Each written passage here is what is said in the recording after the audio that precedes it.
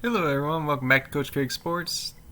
Today we're going to be doing something a little bit different. I had a auction draft last night for my fantasy baseball league. I'm just going to go over that a little bit, show you guys a little bit about that. I know I haven't talked too much about fantasy baseball yet, but we'll have some in the future. Just wanted to go over this real quick. Before I get started too much, I'd like to give everyone a little shout out that commented in the last video. Logan, Nathan, and Snacks. Your comments were greatly appreciated, and I'm glad to see that you all enjoyed that video. So I'm just going to look at my team mainly here in this series. So in this league, the way it's set up is we do an auction draft yearly. Everybody starts out with $260 minus the amount of their keepers. So the top 8 guys here were my keepers. So I had Brian Anderson, third baseman for the Marlins, $2. Kendall Marte, a second baseman / outfielder for the Diamondbacks, $1. Brian Reynolds, outfielder, Pittsburgh, $2. Archie Bradley, relief pitcher / closer for the Diamondbacks, $3. Carlos Martinez, he could be a starter or he could end up being the closer for the Cardinals, for $12. Tyler Flowers, $1. Kirby Yates, the closer for the Padres, $2. And Fernando Tatis, shortstop for the Padres, $5. So altogether, I had $28 spent. So going into the draft, I had $232 to spend. Just a little bit about how I went about it. I kind of wanted to find like an impact bat and an impact pitcher pretty early, and then kind of go from there. I thought originally I was going to get an impact outfielder, which I kind of did with Cody Bellinger, but he's first base / outfield. So I'm going to be playing him at first base since I filled out the outfield with other people later on. But I won him. He was $60. He was the second highest player that won our league. I'd say this is probably about the price I expect him to go for in a league like this. Nothing too crazy there. He's going to be a guy that provides a lot of home runs, especially in a shortened season. This is going to be really helpful. Then I went after Josh Hader, essentially the best closer in the league. This is also a National League and NL only league as well, and we use rotisserie scoring. There's also 10 teams. I paid $44 for him, a little bit more than I thought I was going to pay, and a little bit more probably than I wanted to pay, but I got bid up a little bit. But he's somebody that I did want a lot. He's got great stats, and especially Ks or strikeouts for a relief pitcher. So he'll be a good source of saves, strikeouts, and a good ERA and WHIP throughout the year. The next guy I ended up winning was Starlin Castro. I won him for $11, which is not really a bad value. But so in auction, like sometimes you bid on, you nominate guys you want to win, but sometimes you nominate guys like you don't really want to win, and then like you want to bid up people so people pay more for other players. Castro's kind of somebody I got caught in the process of bidding up. This does happen sometimes, but like for $11, he wasn't too bad a value compared to like some of the prices that other people were going for. So like I can't really be too mad at it, but he wasn't somebody I was really targeting. Next, I got Madison Bumgarner. I'll say that pitching did go really expensive in this draft, especially the elite pitching probably went close to what I would assume it would. But then kind of them like second and third tier guys, they went a lot higher than they really should have. So I got Madison Bumgarner here. He was $22. I say that's probably a fair amount for him in this league. He kind of fits in well with what we're trying to do. Hopefully he can have a good year for the Diamondbacks. Then we got some I consider these decent bargains or buys at outfield with Lorenzo Cain, $21, and Adam Eaton, $18. So both these guys, they do a little bit of everything. They got a little bit of power. They got a little bit of speed. They can score runs. They can drive in runs. And they have a decent on-base percentage. We do use on-base percentage for this league. So that's, for me, it was better grabbing a couple of these guys than going out and spending like $40-some on a different player that's going to put up similar stats, especially in the shortened season. Next, I got Travis D'Arenad. He was another player I wasn't really particularly targeting, but since I have Tyler Flowers and D'Arenad, both are going to kind of be splitting time catching for land this year. We do use 2-catcher format in our league.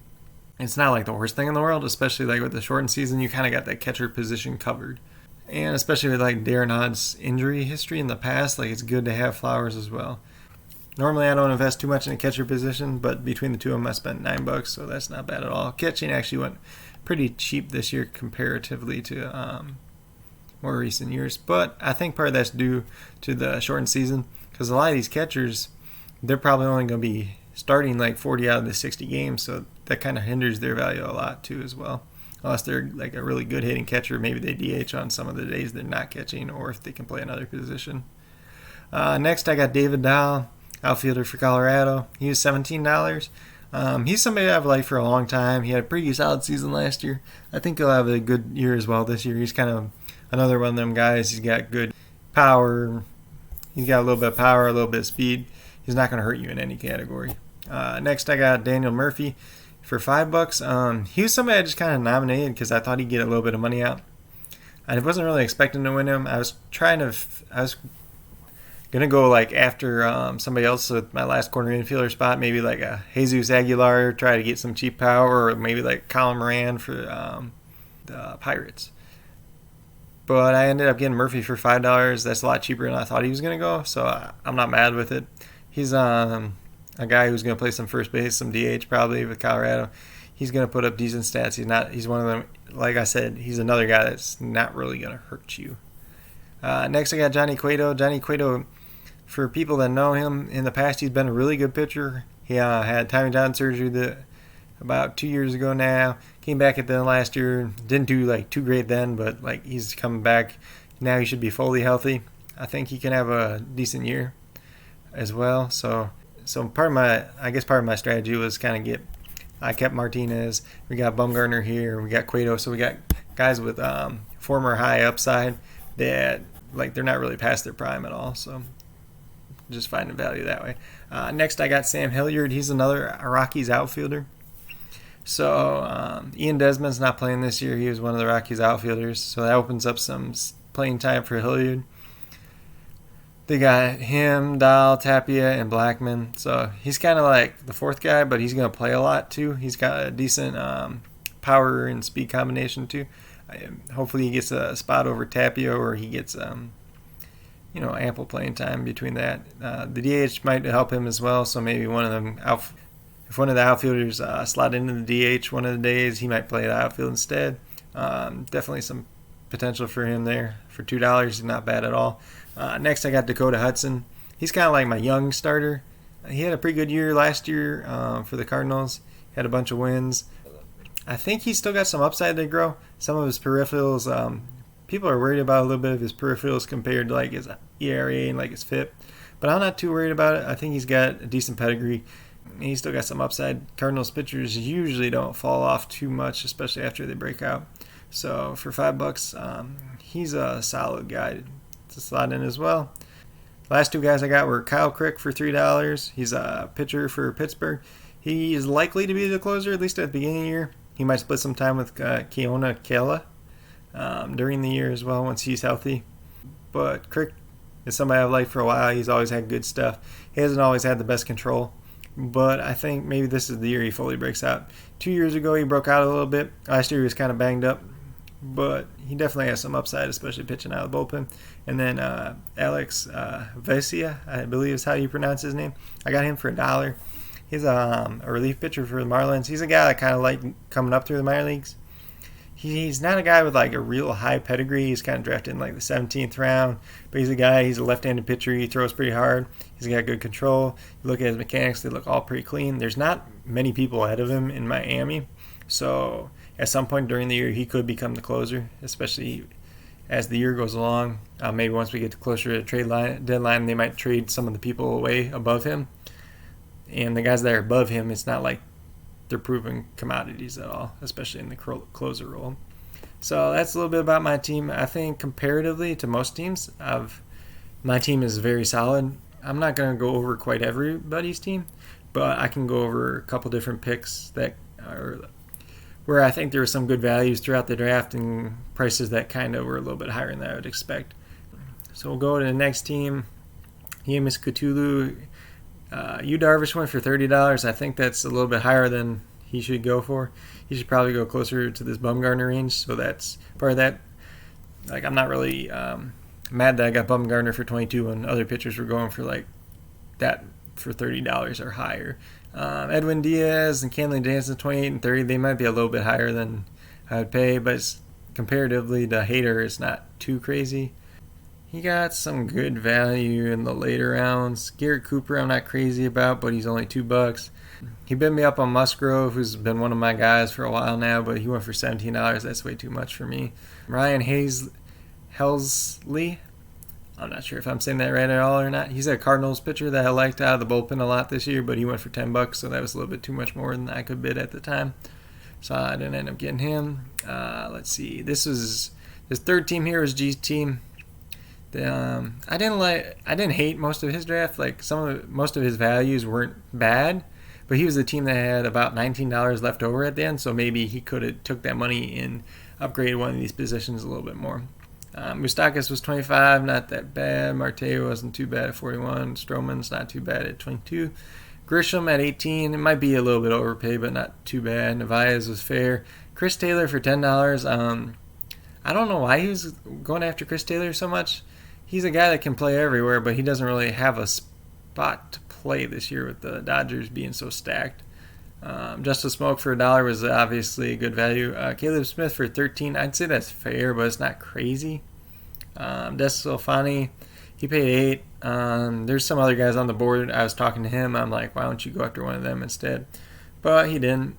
Then he had Betances, Will Harris, Pagan, and Corey Knebel. They're all kind of like guys on the fringe of maybe closing or maybe being a strong setup option. So a lot of the time what he does, he grabs guys that cheap and then just kind of hopes one of them becomes a starter. Harrison Bader, he got for $1. That's a good value. I like Bader, but he's also got Shogo Akiyama. I'm not sure if that's how you pronounce his name.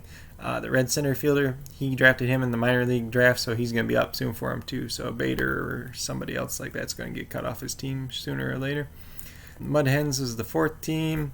They're a new owner in the league as well. He had a little bit extra money too left over, I think about $23. So he probably could have spent a little bit more just trying to upgrade one of these positions that he got. I feel like Goldschmidt he got fair value on. Will Smith was fair value. He got a lot of fair values when you're looking at his team. DeYoung was a guy I liked, but I got stuck with Starlin early. Otherwise, I would probably targeted him a little bit more. Let's see here. He might have paid up a little bit for Ross Stripling at $8, but if he sticks in the rotation, he'll be all right. Brandon Nemo was a guy I tried to sneak by late. I was going to try to get him instead of Hilliard, but then he ended up going for $12, which is a little bit more than I could pay at the time. So overall, I say he had a fair value team, but it's just kind of like, to me, it's a middle of the pack team. Left a little bit too much money on the table. Maybe could have upgraded a different position by spending that extra $23 that he had left over. So this team had a good amount of keepers too. Went big on some outfielders early. Bryce Harper, Charlie Blackmon. They're probably about fair value. Aaron Nola 46. I'd call that an overpay. Ryan Braun's 13. It's fair value, but like back here, what I was saying with Nola, like he's at 46. I don't feel too bad about Bumgarner at 22 if he's going $24 cheaper. And there's a couple other guys that ended up going like that as well. Then Hudson was $1. Just a lot of like cheap pitching. Dubon down here I like a lot for $1.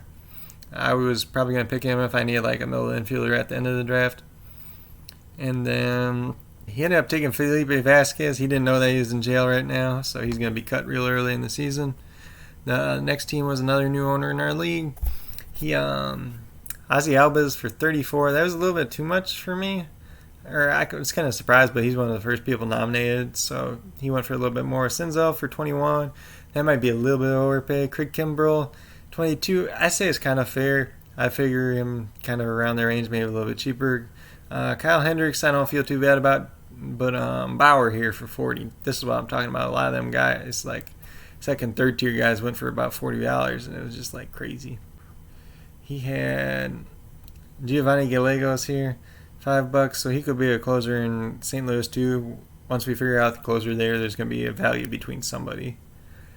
Matt Carpenter for $2 was a great buy. Kevin Cron for $1 could be a good buy with the DH this year. Ian Happ for $9. He's kind of somebody who's been on too before Hilliard. He went a little bit higher than I thought he didn't really go higher than I thought he would. He went a lot later, so actually $9 ain't a bad value, but just comparative to the amount money I had left, I couldn't really pay up for him. So the next team, Freddie Freeman go pretty early. He was fair value. Kershaw went a little bit more than I thought he would. I didn't think pitching was going to go so high this year as it ended up going. VR is probably, he's a little overpay. Hoskins is probably about on point. Patrick Corbin, that's kind of where I'm talking about pitching going a little bit more as well. Let's see, AJ Pollock for $3 could be okay buy. Tyler O'Neill for $2. He's gonna be a boomer bust this year. Polanco for $8, I don't mind. Wade Davis could be a good buy for $1 if he figures his life out pretty much. If he's the closer, he'll be a great buy. But if not, that's just pretty much a dart throw for $1 anyways. The next team, Mookie Betts went for $61. He was the highest guy in our draft. Strasburg for $42. I didn't mind that compared to everybody else. Robbie Ray for $17 is not too bad. Matt Blackham, he brought up for $1. I don't know too much about him. I actually had to Google him during our draft because I didn't really know much about this guy. I'm not sure exactly why he brought him up for $1, especially because the Mets have a lot of guys in the back end of their bullpen already with Edwin Diaz, Familia, Lugo, Jesselman, and Betances. So it's not like he's really going to have a chance to close, and he's pretty much just been a reliever in the minor leagues. Gregorius for $11, I don't mind.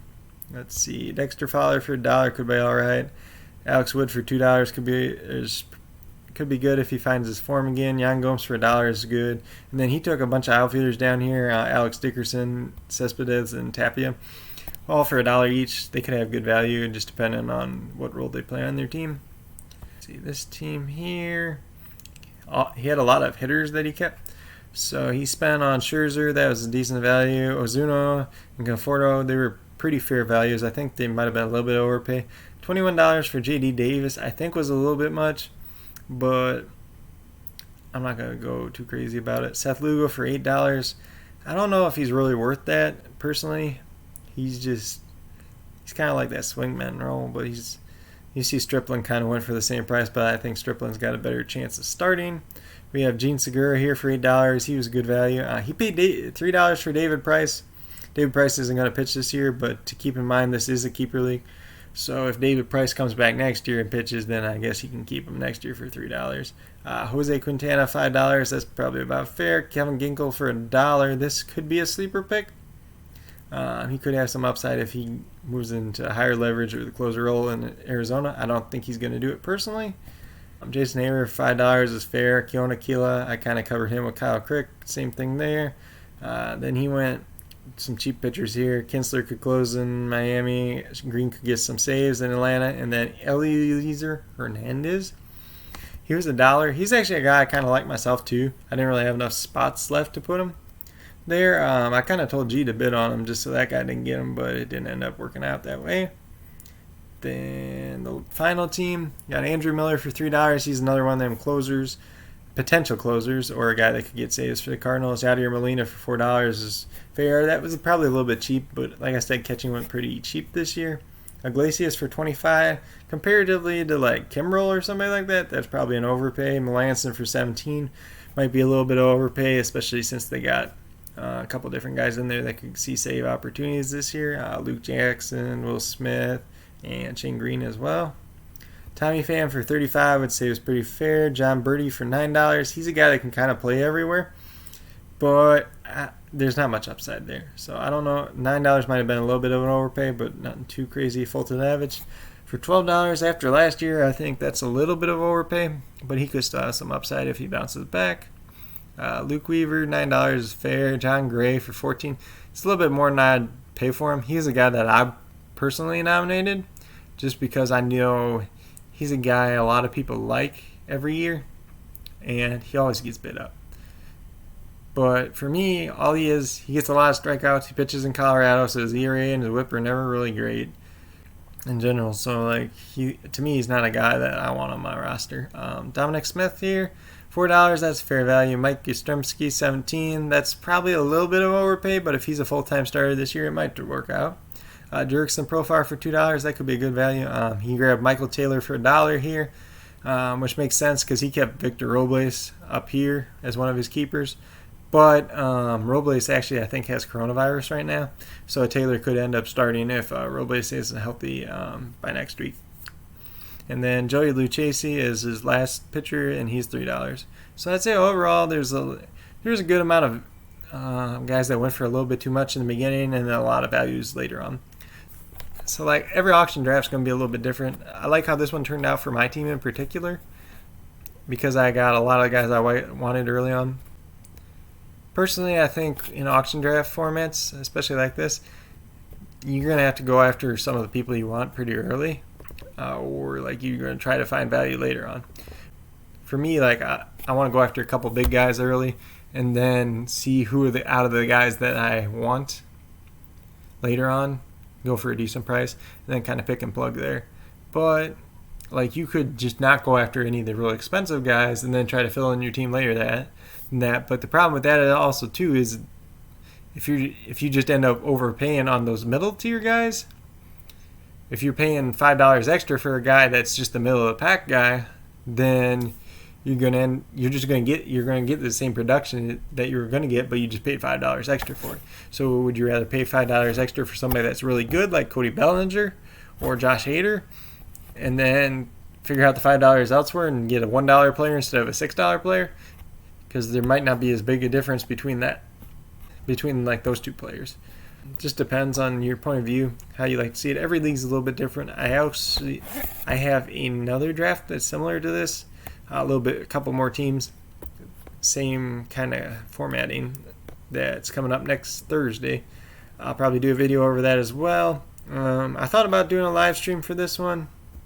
I didn't know how many people would actually be interested in that, especially since I'd pretty much been just talking about fantasy football so far. If you guys would like to see a live stream for the one on Thursday for the fantasy baseball, just let me know. We can try to work that out. Otherwise, I'll just do a video kind of going over that team, a recap, and going forward with that league. As far as fantasy baseball this year, I know I've been focused on football a lot more. I'm just going over the basics and how to play and stuff like that. I might just kind of, for baseball this year, I might just talk about a couple guys I like, or and do like following my team throughout the year. It's kind of difficult this year, especially since there's only 60 games, a 60-game season instead of a 162-game season. So, but part of like my strategy with that too is like the guys that are really good are going to have more value in a shorter season as well too. I'm going to bring up Bellinger here. So you look at his stat line. So last year he had 47 home runs. This is what ESPN is projecting him for this year in 60-game seasons, 14 home runs. Like you look at some of these other guys, I don't know who's a good example. We'll look at Justin Smoke. So he's projected to have 8 home runs. So that like 6 home run difference, it matters a lot more this year. Even though that's probably not a fair comparison because you're doing a $60 player to a $1 player. But maybe if we do Machado here. So Machado's only projected for 11 home runs and 2 stolen bases, and Bellinger was 14 and 4 stolen bases. And he's got a little bit better average, a little bit on base percentage. So just like the elite players are going to matter a little bit more. So, and with part of my other strategy too is I went a lot more reliever heavy than in years past this year. Part of that is because we don't have a minimum innings for this season. So you can focus on categories like ERA, WHIP, saves and stuff and try to win those categories. Wins are going to be harder to come by this year. Pitchers might not pitch as far into games just depending on how well conditioned they are, especially early in the year. And then that kind of impacts wins and strikeouts as well. So if you can get relievers that get a good amount of strikeouts and then you have a couple solid pitchers, like you could hang in them categories a little bit better. The last one that I didn't really focus on as much is stolen bases, but I also got some guys that get stolen bases, but they're not specializing in stolen bases, and overall stolen bases is kind of becoming a little bit of a lost art in Major League Baseball. So you're not seeing as many guys steal as many bases. That's a little bit of an overview of the auction draft that we had last night, a little bit of my team, just kind of my thoughts, quick overview of the league, who all got one, stuff like that. Nothing too crazy. We'll take a little bit more look at this team, how it performs throughout the season, maybe do a little bit of video over waivers, who I pick up during the year, stuff like that. At the end of the year, I'll probably make another video just recapping how my year went. there was any major trades or waiver pickups I made, stuff like that. Nothing too crazy. Just trying to keep this part real simple this year, especially for the baseball. We're going to be cranking up football a lot more this year. But overall, that's it for this video. If you guys liked and enjoyed this video, give it a thumbs up. If you would like to see a live stream of baseball or my baseball draft coming up Thursday, let me know down in the comments. If you guys have any other questions or comments or suggestions about the baseball part, let me know. If you got anything new that you'd like to see for football or anything like that, just let me know that as well. If you haven't subscribed already, it would be greatly appreciated if you do so. If you just subscribed or you're already subscribed and you haven't clicked the notification bell, you're going to want to hit that. It lets you know every single time that I post up a video. There's going to be some great content coming out now, guys, especially for football. So this week I'm probably going to be putting out a couple more strategy videos and doing mock drafts like I did with the 0 running back strategy. It seemed like you guys liked that quite a bit. Then also, like I said, Thursday I have the baseball draft, so I might not do a video that day. Friday I'll be doing a video recapping that. Like I said, if you guys want to see a live stream of that baseball draft, let me know. I'm not sure exactly how long that draft will run. It'll run a little. This one was about a little over 2 hours. That one's got about 3 more teams, so it'll probably take a little bit longer than that. So it might be a little bordering around 3 hours. If you guys want to see that, just let me know. But that's all we got for today. Hope you guys enjoyed this video and have a great rest of your day.